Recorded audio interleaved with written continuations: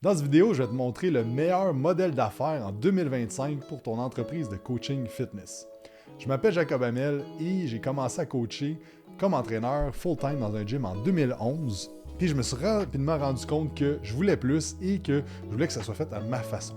Et en 2013, j'ai ouvert mon premier gym privé et fast forward en 2022, ma compagnie de coaching fitness faisait plus d'1 million par année. On avait une grosse équipe et je pouvais voyager 8 à 10 semaines par année à travers ça. J'ai aussi lancé une école de formation pour entraîneurs en 2016 qui a formé plus de 3000 étudiants et j'ai vendu la majorité de mes parts de cette compagnie-là cette année. Et depuis 4 ans, avec le mastermind Dumbbell et Domination, j'aide les entraîneurs, entrepreneurs et propriétaires de gym privés à avoir plus d'impact et faire plus de profit puis regagner leur temps à travers ça. Puis aujourd'hui, je vais te montrer exactement le modèle qui m'a aidé à générer plus de 7 millions dans l'industrie du fitness dans les 5 dernières années, qui aide nos clients présentement à avoir des mois records après mois records en revenus, mais aussi en profit, et comment toi aussi tu peux appliquer ça dans ton entreprise de coaching fitness. Si tu es ici, c'est que tu es un entraîneur en ligne, tu as un bureau dans un gym ou que tu es propriétaire d'un gym privé, que tu es passionné d'aider les gens, mais peut-être présentement que tu es brûlé, tu es frustré, tu te sens stagné ou un mix de tout ça. Tu cherches probablement à avoir plus de liberté, plus d'impact, plus de temps pour toi, pour ta famille et plus de liberté financière, puis potentiellement plus de liberté géographique de pouvoir voyager et peut-être potentiellement de travailler à l'extérieur du pays. Je te comprends à 100% parce que j'étais exactement à la même place que toi avant. Mais avant qu'on aille plus loin, c'est important de comprendre que si ton but c'est de bâtir une business en ligne, tu vas voir que c'est pas mal plus difficile de se faire connaître que d'avoir un bureau dans un gym ou de travailler pour une compagnie qui a déjà un système de marketing efficace en place. Malheureusement, en 2025, c'est pas en postant 4-5 fois par semaine puis en faisant quelques DM puis une vidéo YouTube une fois de temps en temps que ça va te faire connaître. Fait qu'aujourd'hui, je vais t'expliquer exactement étape par étape la stratégie qu'on met en place avec nos clients qui passent de faire de 8 à 15 000 par mois à faire 25, 30 000 et jusqu'à 50 000 par mois de revenus récurrents. Mais avant qu'on rentre dans le modèle d'affaires, c'est important de comprendre que bâtir une entreprise, c'est très différent que d'être travailleur autonome.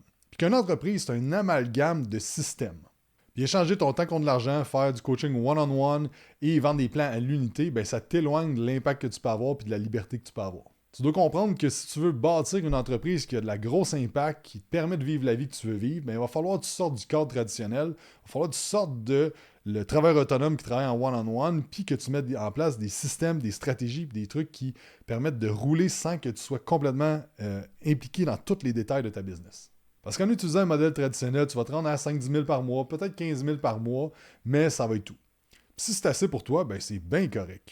Mais si tu es là, c'est clairement que tu vas avoir un impact majeur dans la vie des gens, tu vas avoir plus de liberté et tu veux bâtir une business qui va te permettre de vivre la vie que tu veux vivre à travers ça. Donc, ce qu'on va voir aujourd'hui, c'est les 4 systèmes de base à implanter dans ta business. Le premier, c'est un système pour acquérir des clients. Le deuxième, c'est un système pour convertir des clients. Le troisième, c'est un système pour délivrer le service de façon scalable. Et le troisième, c'est un système pour avoir du succès client. Il existe d'autres systèmes primordiaux comme les finances ou la gestion de personnel, mais ça, on va voir ça dans une autre vidéo. Le premier système d'acquisition, c'est important de comprendre qu'on a besoin d'avoir une étape pour se faire connaître, une étape pour gagner en confiance et une étape pour convertir. Donc, ces 3 étapes-là, vous devez avoir des stratégies concrètes d'awareness, de se faire connaître, de gagner en confiance et de convertir. On utilise ce que j'ai appelé l'écosystème d'autorité. Ce qui va faire en sorte qu'on va avoir un système de marketing qui va nous amener des leads et des gens qualifiés qui veulent réellement travailler avec vous. Comment ça fonctionne, ce système d'autorité-là? C'est que la première étape, ben, c'est de s'assurer qu'on a une stratégie d'awareness, de se faire connaître. Et nous, on fonctionne en 3 volets à ce niveau-là. Donc, le premier, il y a la viralité. La viralité, c'est de trouver des vidéos qui ont été virales dans la niche avec laquelle vous travaillez, d'aller voir aux États-Unis, même dans d'autres domaines, des vidéos qui sont virales, qui ont beaucoup de reach, qui amènent beaucoup d'abonnés, et de modéliser ça, puis de faire ça 1 à 2-3 fois par semaine, dépendant le nombre de vidéos que vous faites par semaine. Donc, c'est sûr que si vous faites 21 vidéos par semaine, on peut en faire un petit peu plus là, de vidéos pour potentiellement devenir viral. Donc, on va utiliser ça sur Instagram, sur TikTok. L'affaire avec la viralité, c'est que oui, il y a une genre de science en arrière de la viralité. Donc, oui, on sait qu'on doit avoir une bonne idée, on doit avoir un bon hook, on doit créer du suspense dans la vidéo et tout ça. Mais l'affaire avec ça, c'est qu'il y a des personnalités qui sont potentiellement plus virales. Il y a des gens qui l'ont juste plus être viral. Moi, c'est pas nécessairement une stratégie que je mets beaucoup d'emphase là-dessus parce que j'ai jamais été ultra viral, là, pour être franc. Puis, il y a une couple de vidéos que j'ai faites qui sont un petit peu plus trendy, qui ont bien fonctionné. Mais il y a quand même de l'effort qui est mis de ce côté-là. Donc, il y en a qui mettent plus d'efforts là-dessus. Il y en a qui en mettent moins. Les collaborations, donc ça, c'est la deuxième façon de se faire connaître, c'est de collaborer avec d'autres personnes dans les milieux, soit des ambassadeurs style influenceurs ou aussi avec d'autres professionnels de la santé. Donc, par exemple, que vous êtes expert en transformation physique, ben vous pouvez potentiellement travailler avec, exemple, je dis ça comme ça, exemple qu'il y aurait quelqu'un, un médecin, un endocrinologue qui travaille avec les hormones. Exemple, vous faites de la transformation physique chez la femme, puis cette personne-là, elle a un gros réseau de personnes, un gros following sur les réseaux sociaux, puis elle parle d'hormones féminines, puis de remplacement hormonal et de quoi faire pour les hormones, exemple en ménopause, en préménopause. Mais ça peut être extrêmement intéressant de faire une collaboration avec cette personne-là, que ce soit de faire un podcast avec elle, de faire un live collaboratif, de faire des vidéos ensemble.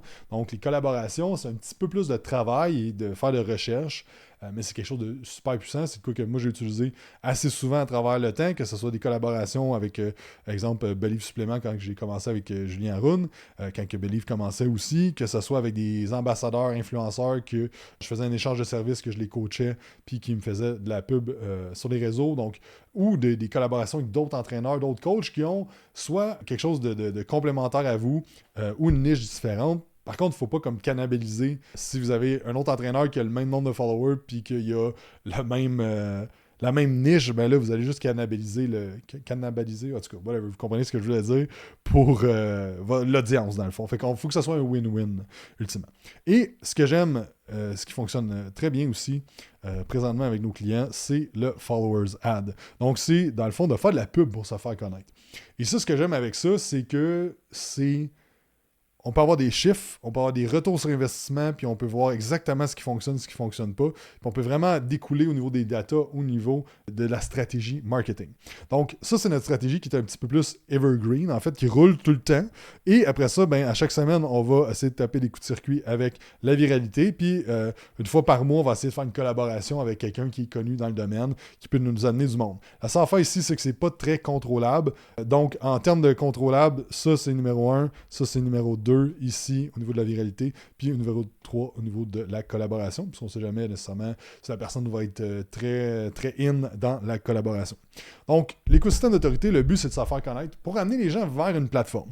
Et nous, on va utiliser beaucoup Instagram. Pourquoi que j'aime plus Instagram que les autres plateformes? C'est que c'est une plateforme qui nous permet d'envoyer des DM aux gens très facilement, tandis que Facebook, en tant que tel, est c'est beaucoup moins facile d'envoyer des DM au monde. Ton compte se fait bloquer super rapidement Facebook quand tu envoies des DM. Et sur une page professionnelle, tu ne peux pas envoyer de DM. Donc, il faut utiliser ton compte perso, mais tu ne peux pas rouler de ads. Donc, c'est pour ça que moi, j'aime moins un peu utiliser la Facebook présentement. Donc, Instagram, c'est mon holy grail à ce niveau-là. Dans le fond, au niveau de ton Instagram optimisé, tu veux que la bio soit claire, tu veux avoir une belle photo, tu veux tes 3 pin posts en haut.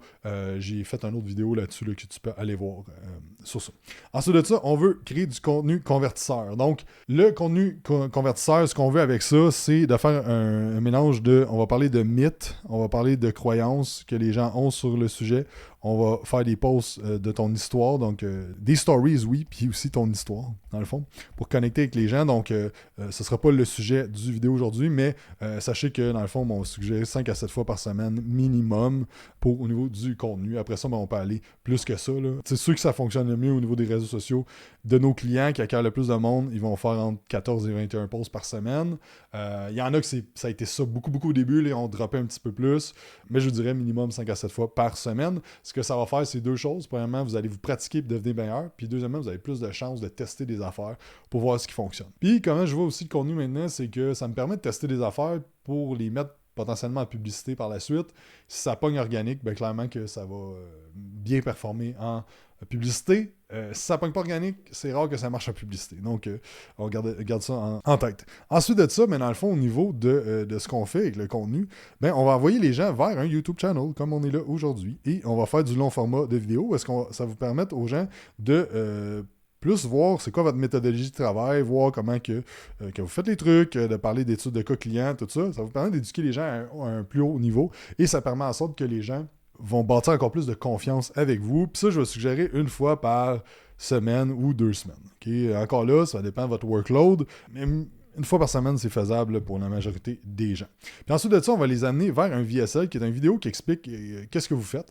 Puis après ça, les gens peuvent appliquer pour du coaching. Puis shameless plug, si présentement, tu es quelqu'un, un entraîneur, entrepreneur, propriétaire de gym privé, tu as des grosses ambitions, puis tu veux qu'on t'aide à croître ton entreprise rapidement pour la prochaine année, juste en bas ici, tu peux cliquer sur le lien en bas du vidéo pour te rendre sur notre page et je t'explique comment on fonctionne. Tu peux booker un appel ensemble, ça va être avec un membre de mon équipe, puis on fait une analyse de ta business, voir t'en es où et tout ça, on jase avec toi, fait un plan de match, si ça fait du sens que tu veux travailler avec nous pour la suite, on t'explique comment que ça fonctionne, puis sinon, tu repars avec ton plan de match. Donc, ça, c'est le VSL. Ensuite de ça, le contenu convertisseur va amener vers l'infolette. Donc, on fait des call to action pour amener le monde vers l'infolette. Puis, dans le fond, l'infolette, ce qu'on veut, c'est minimum une fois semaine. Là-dessus, on va avoir un blend de contenu, d'histoire client, dépendant encore du volume, mais je dirais comme 1 pour 4, mettons, de call to action vers un VSL. Encore là, ça dépend au niveau du volume, tout ça. Mais ça amène vers le VSL que les gens appliquent pour votre coaching. Ensuite de ça, au niveau de notre écosystème, on va aller créer des lead magnets. Donc, c'est des trucs gratuits qu'on va donner aux gens. Ce n'est pas nécessairement des e-books, ça peut être des ressources, ça peut être des formations, ça peut être des outils, whatever. Puis dans lead magnets, encore là, on va aller vers le VSL. Ce que j'aime tester au niveau des lead magnets, c'est qu'on va les tester en stories au niveau de ton Instagram. Tu vas faire ça une fois par semaine. Tu vas tester le meilleur story, le meilleur lead magnet, puis ensuite de ça, tu vas l'amener à le mettre en publication lève-main, ce qu'on parlera dans un prochain vidéo. Ensuite de ça, ton contenu, tout le monde qui s'abonne, tu vas leur envoyer un DM, puis tu vas faire une qualification manuelle, leur parler, puis voir si possiblement on peut les amener en appel. On va voir aussi dans une autre vidéo sur la chaîne, j'ai parlé de stratégie de DM, donc comment générer plus de DM. Là, on va qualifier manuellement. Puis, ultimement, on va faire aussi avec ça la cascade de confiance, c'est qu'on va prendre du contenu.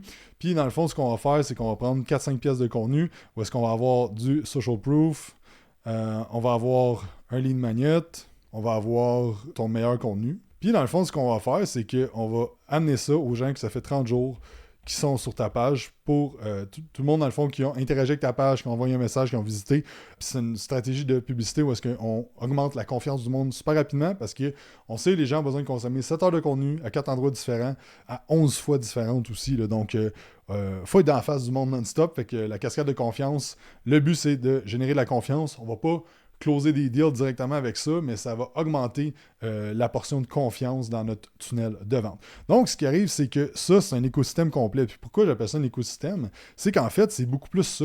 Tout est relié parce que dans le fond, notre contenu amène sur YouTube, mais notre YouTube va amener sur l'infolette. L'infolette va amener sur le lead magnet, mais le lead magnet aussi va aller sur l'infolette. On va parler au monde en DM. Donc, c'est vraiment un écosystème complet qu'on veut créer au niveau de votre stratégie marketing pour attirer les gens et les qualifier le plus rapidement possible. Puis oui, ça paraît intense peut-être au début, ça paraît être beaucoup, mais par contre, on a des clients des fois qu'on fait juste le follow ads vers l'Instagram puis du contenu, DM puis qualification manuelle, ça marche à fond puis on se rend à 25-30 000 avec ça. Il y en a d'autres que ça prend un petit peu moins, qu'on doit rajouter du YouTube puis l'infolette. Il y en a d'autres qu'on doit rajouter un petit peu plus de tout. Chaque personne va être individuelle par rapport aux résultats qu'on a. Mais j'aime bien mieux maximiser une stratégie, donc de dire, OK, mais la plus simple à faire, c'est de faire des posts qu'on va faire qui vont augmenter la viralité, d'amener le monde vers ton Instagram, faire un follower ad qui amène vers Instagram, faire du contenu convertisseur à toutes les semaines, amener ça en DM, puis qualifier manuellement pour booker un appel avec les gens. Ça, c'est vraiment le plus simple. C'est souvent ça on commence pas mal tout le monde là-dessus. Puis après ça, étape par étape, au fur et à mesure qu'on bâtit le système, on rajoute des pièces dans l'écosystème pour générer encore plus de leads, augmenter la confiance le plus rapidement possible. Ensuite de ça, la conversion simplifiée. Ce qu'on veut, c'est avoir un processus de vente ultra simple. Et par exemple, nous, ce qu'on fait, c'est que les gens appliquent, puis on va partir un workflow si on n'a pas booké, mais ça peut être aussi manuel. Donc, le DM manuel qui va vous permettre de qualifier les gens pour ne pas perdre votre temps d'appel non plus. Ensuite, quand l'appel est booké, ce qui est important dans le processus de vente, c'est que on veut que les gens arrivent puis qu'ils soient le plus qualifiés possible dans l'appel. Donc, ce qu'on va suggérer, c'est d'envoyer une page ou même des vidéos. Dans le fond, ce qu'on veut, c'est d'envoyer un vidéo explicatif où est-ce qu'on explique les fonctionnalités du service pour que dans l'appel de vente, on puisse vraiment juste parler de la personne, de ses objectifs et tout ça.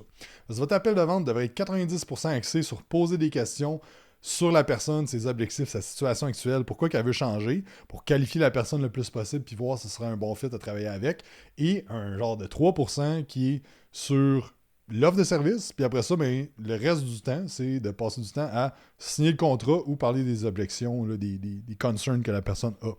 Donc, c'est pour ça que avant l'appel, ce qui est vraiment intéressant, c'est d'envoyer des testimonials, des case studies, des formations, d'autres affaires.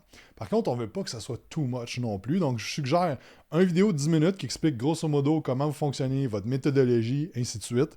Et finalement, ben en fait, d'avoir peut-être une dizaine de témoignages que les gens peuvent écouter s'ils veulent.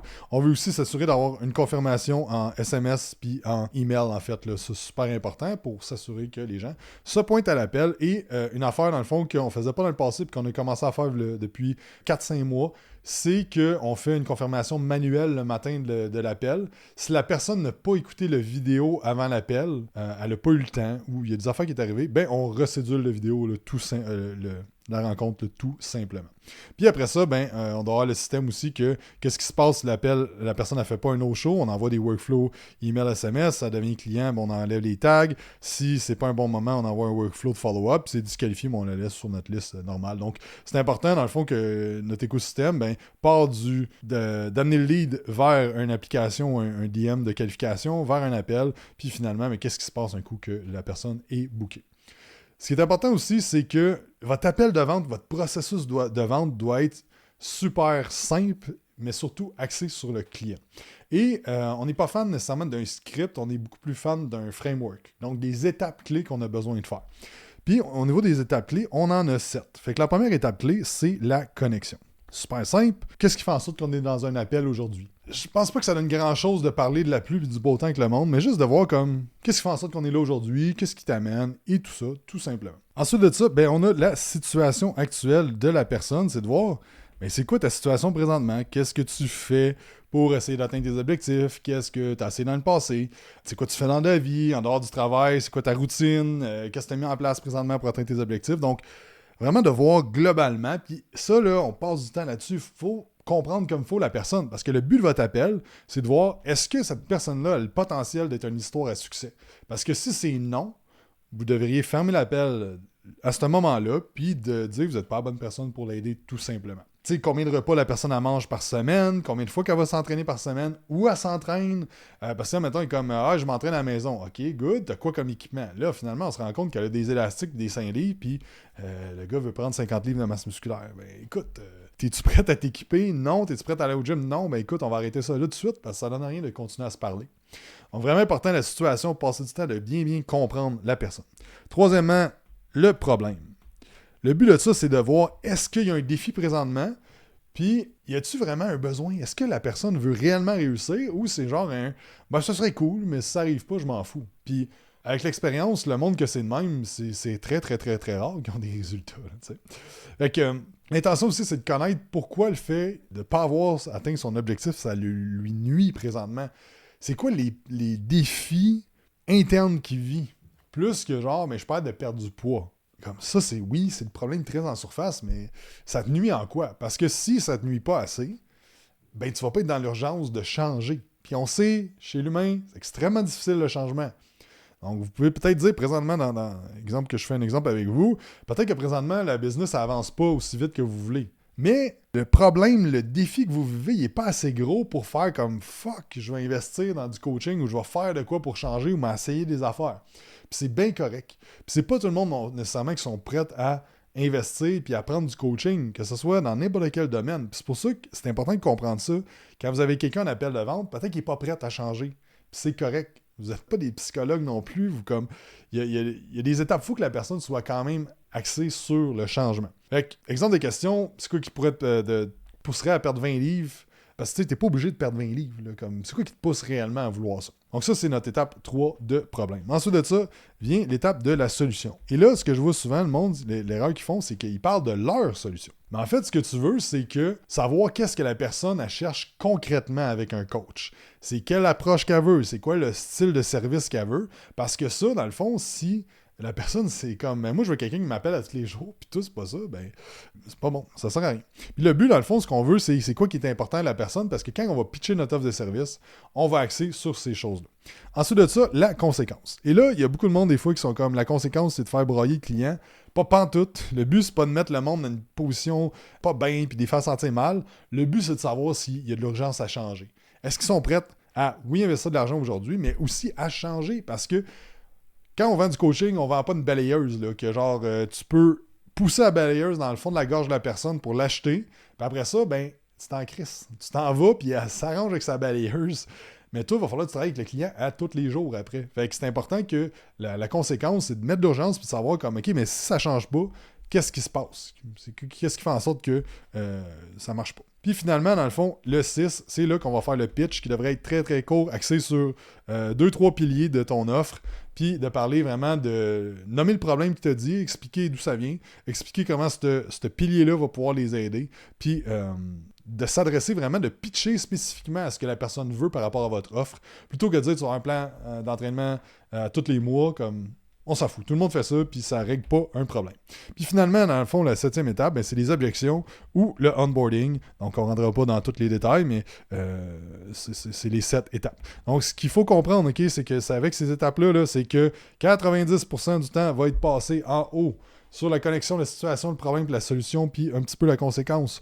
Vous devez écouter la personne, puis c'est une erreur que je vois plus le monde font, c'est juste qu'ils parlent de leur offre de service, puis that's it. Puis après ça, ils sont comme, j'aime pas ça la vente, ouais, mais tu fais ça tout croche. Fait que c'est normal que ça marche pas. Donc, mettez ça en place pour simplifier votre conversion. Système numéro 3, on aura un système d'offres et de délivrables. Donc, votre délivrable devrait faire 3 choses principalement, si je fais des beaux petits cercles de même. Ça, c'est le succès client.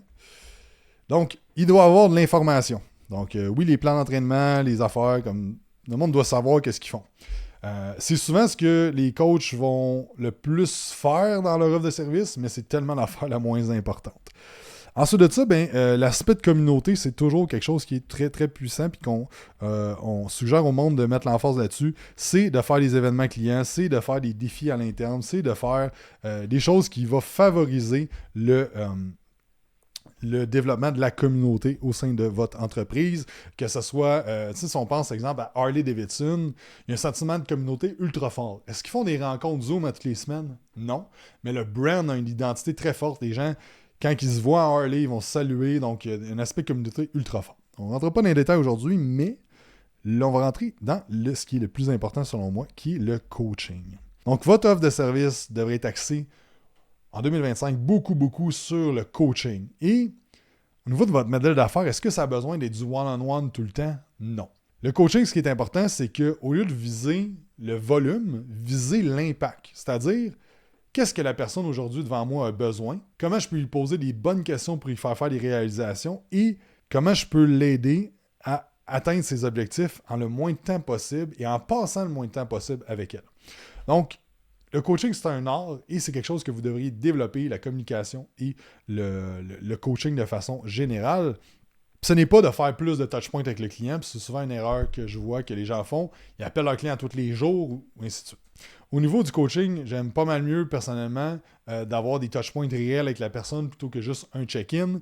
Mais ce qu'on va suggérer, c'est souvent un appel de 15 minutes aux 2 semaines, puis une rencontre Zoom une fois par mois, de 30 minutes, et que tout le reste du délivrable d'informations, du plan d'entraînement, tout ça, soit un peu plus sur le mode automatique, du sens que tout est envoyé d'avance. Puis quand on se rend compte, on parle de l'essentiel qui est comment on crée du changement chez l'humain. On fait du coaching beaucoup plus que du délivrable d'informations. Donc, votre système, votre modèle d'affaires doit être basé sur « je t'aide à te transformer ». Peu importe c'est quoi que vous vendez comme transformation, je t'aide à avancer vers tes objectifs plutôt que « je vais te donner de l'information sur le plan d'entraînement ». Ça, on n'en a rien à battre de ça, le client n'en a rien à battre. L'information est là, tout le monde peut la consommer. Ce qui est important, c'est d'avoir les skills de coaching pour aider le monde à se développer. Donc, votre modèle d'affaires doit être axé beaucoup plus sur le coaching et la communauté, et que l'information soit beaucoup plus sur le pilote automatique, qu'on ait un système qui délivre l'information automatiquement. Puis ensuite de ça, d'avoir un processus transformationnel, de comprendre vraiment le premier mois, là, même les premiers 7 jours, là, c'est quoi les défis que les gens ont quand ils commencent à travailler avec moi. Qu'est-ce qui se passe à ce moment-là? Ensuite de ça, c'est quoi les besoins qu'ils ont? C'est quoi les actions et les stratégies concrètes qu'on peut mettre en place? Et de ne pas overloader les gens avec l'information. Donc, cet exercice-là, on le fait faire à pas mal tout le monde qui commence avec nous. C'est vraiment de penser. Qu'est-ce qui se passe dans le premier mois? C'est quoi les défis? Souvent, le défi, là, quand ils commencent un coaching, ils sont overwhelmed dès le début. Il y a trop d'informations. Donc, comment qu'on peut mettre l'information à bon endroit, au bon moment, ainsi de suite. Puis, on va faire l'exercice jusqu'à même, c'est quoi les besoins du monde en fidélité pour qu'ils restent 24 mois et plus avec nous? Qu'est-ce qui se passe le 12e mois? Comment on fait que les gens peuvent rester? Ça se peut qu'on a besoin de changer l'offre de service, d'avoir soit un modèle d'ascension ou downsell, peu importe. Alors, on regardera ça dans une autre vidéo. Mais c'est vraiment de vraiment se dire à toutes les étapes du parcours client, qu'est-ce qu'il vit, qu'est-ce qu'il a besoin, et de bâtir votre offre de service par rapport à ça. Et de ne pas penser que plus de temps avec le client va amener plus de résultats. Au contraire, moi, les clients qui avaient le moins de résultats quand je coachais en entraînement privé, c'était le monde qui venait 4-5 fois semaine en one-on-one avec moi. Puis à tout le monde que je parle, c'est tout le temps la même affaire. Parce que le monde, ils n'ont pas bâti d'autonomie. Donc, on croit fortement que le but de travailler avec nos clients, c'est de ramener des compétences et de l'autonomie. Et que, dans le fond, après ça, ils restent avec nous pour avoir le plan de match, puis pour avoir une vue externe sur ce qu'ils font, puis pour les aider dans le coaching, mais qu'ils soient capables d'évoluer, puis de faire leur truc tout seul. Fait que l'affaire avec l'entraînement privé 4-5 fois semaine, c'est que c'est payant. Puis il y a du monde qui n'aura pas au gym si vous n'êtes pas là. Mais il y a un problème en arrière de ça. Donc, l'offre de service doit être le moins de touchpoints possible pour le maximum de valeur avec le client. Puis ça se peut qu'au début, il y a besoin d'avoir un petit peu plus de touchpoints. Puis quand on diminue par la suite, par exemple, souvent, on va suggérer de faire un 3 à 6 mois au début avec plus de touchpoints avec les clients, puis avoir un back-end offer qui est beaucoup moins de touchpoints avec le client. Et ça, c'était le système 3, le système d'offre transformationnel, d'avoir aussi un CRM, comme nous, on utilise le FitPro 360, qui permet d'avoir un drip de contenu, des automatisations, des choses que quand le client devient client, quand le prospect devient client, bien, il y a des automatisations qui envoient des emails, des SMS, qui envoient des messages Slack à votre équipe pour reach out au monde, ainsi de suite, puis qu'on bâtit un système que si un nouveau client rentre quand vous êtes en vacances, bien que tout se passe bien quand même, qu'il y a quelqu'un qui s'occupe de ça, puis que le système s'occupe de ça pour vous gagner votre temps, vous avez plus de liberté, puis que vous puissiez aider plus de monde avec ça. Le quatrième système, maintenant, on va parler du système de succès client. Vous devriez avoir un système de succès client. Les gens vous engagent pour passer du point A au point B. On n'oublie pas ça. Les gens veulent avoir des résultats. Ils ne sont pas là pour vos beaux yeux. Ils ne sont pas là pour vos gros bras. Ils sont là pour avoir du succès et d'avoir des résultats. Ce qui est important, c'est que les attentes soient claires dès le début, que la communication soit claire et surtout que l'objectif soit toujours mis de l'avant puis qu'à chaque étape, on regarde comment étaient les objectifs et où est-ce qu'ils sont rendus. Donc, on a un système qu'on utilise avec nos membres qui est très simple, c'est que chaque client doit passer par plusieurs étapes pour avoir du succès. Donc, par exemple, ce qu'on sait, c'est que quand un nouveau client, on a besoin d'avoir des photos de départ pour pouvoir faire une photo avant-après du client pour prouver au client que ça fonctionne, puis le motiver, puis aussi utiliser pour le marketing. Donc, on se fait un Excel.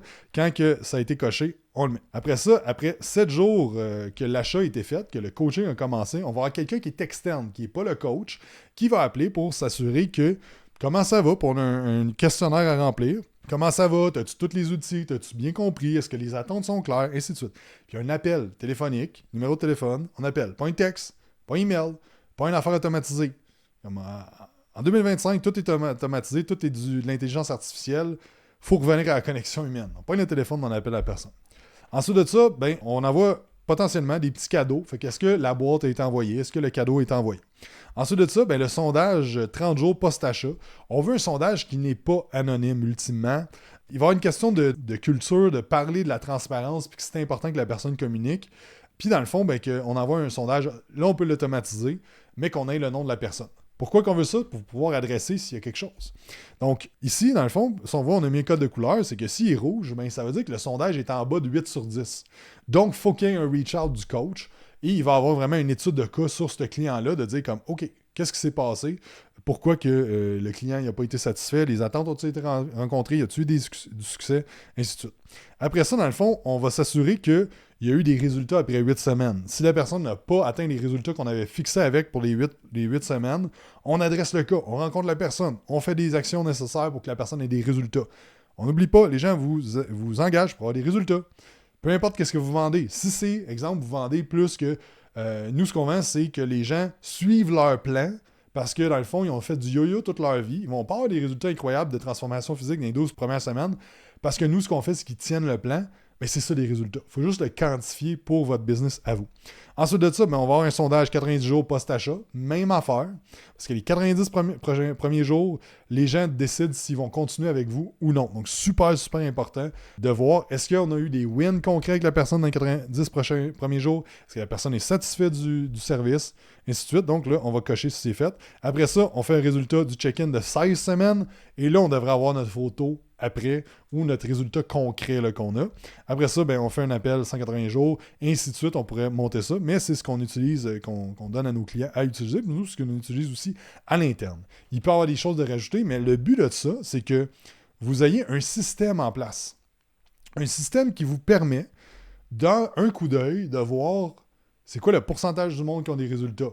Puis, il est où mon problème dans mon défi, en fait, dans mon offre de service? Si on voit, mettons, que tout le monde, après le 16 jours, sont super satisfaits, mais que le résultat de check-in de 8 semaines, les gens sont déçus puis ça va pas bien, il faut adresser votre offre de service, il faut adresser le système en soi. Donc, toute une question de mettre des systèmes pour qu'on puisse regarder les datas et prendre des décisions éclairées. Parce que tellement souvent, je demande à des entraîneurs, ton service, est-tu bon? Oui, ça va super bien. OK, c'est quoi ton taux de renouvellement, ton taux d'annulation, ton taux de succès client, tout ça? Je sais pas, c'est quoi ton lifetime value? Le monde ne savent pas, puis après ça, ils sont comme ça va bien, ça va pas bien. C'est très, très rare qu'on est capable d'identifier exactement ce qui va bien ou ce qui va pas bien si on n'a pas de données vraiment précises. Donc, le système de succès client, c'est ultra, ultra, ultra important. Puis, depuis 2013, j'ai essayé une tonne de systèmes, une tonne d'affaires. Je te garantis que ce système-là, en 4 étapes que je t'ai parlé, c'est vraiment la meilleure affaire que tu peux mettre en place dans ton entreprise présentement pour croître ton entreprise, aider plus de monde, avoir plus d'impact, regagner ton temps, puis ça, sans travailler 80 heures par semaine. Parce que ce qui est le fun en bâtissant un système de coaching puis d'entreprise, c'est que tu bâtis le système qui, oui, va peut-être te demander un petit peu plus de temps au début, mais après ça, ce système-là vit en soi. Et c'est là qu'on a bâti une entreprise puis qu'on n'est pas travailleur autonome, puis tu vas pouvoir partir en vacances, tu vas pouvoir mettre du monde en place, puis que le système va rouler sans toi. Fait que maintenant que tu as écouté ça, va écouter cette prochaine vidéo-là où est-ce que je t'explique comment on aide nos clients à doubler leur clientèle puis regagner ton temps en détail, puis je te parle de cas concrets qu'on a fait avec les gens. Merci de ton écoute, puis on se parle bientôt. Bye!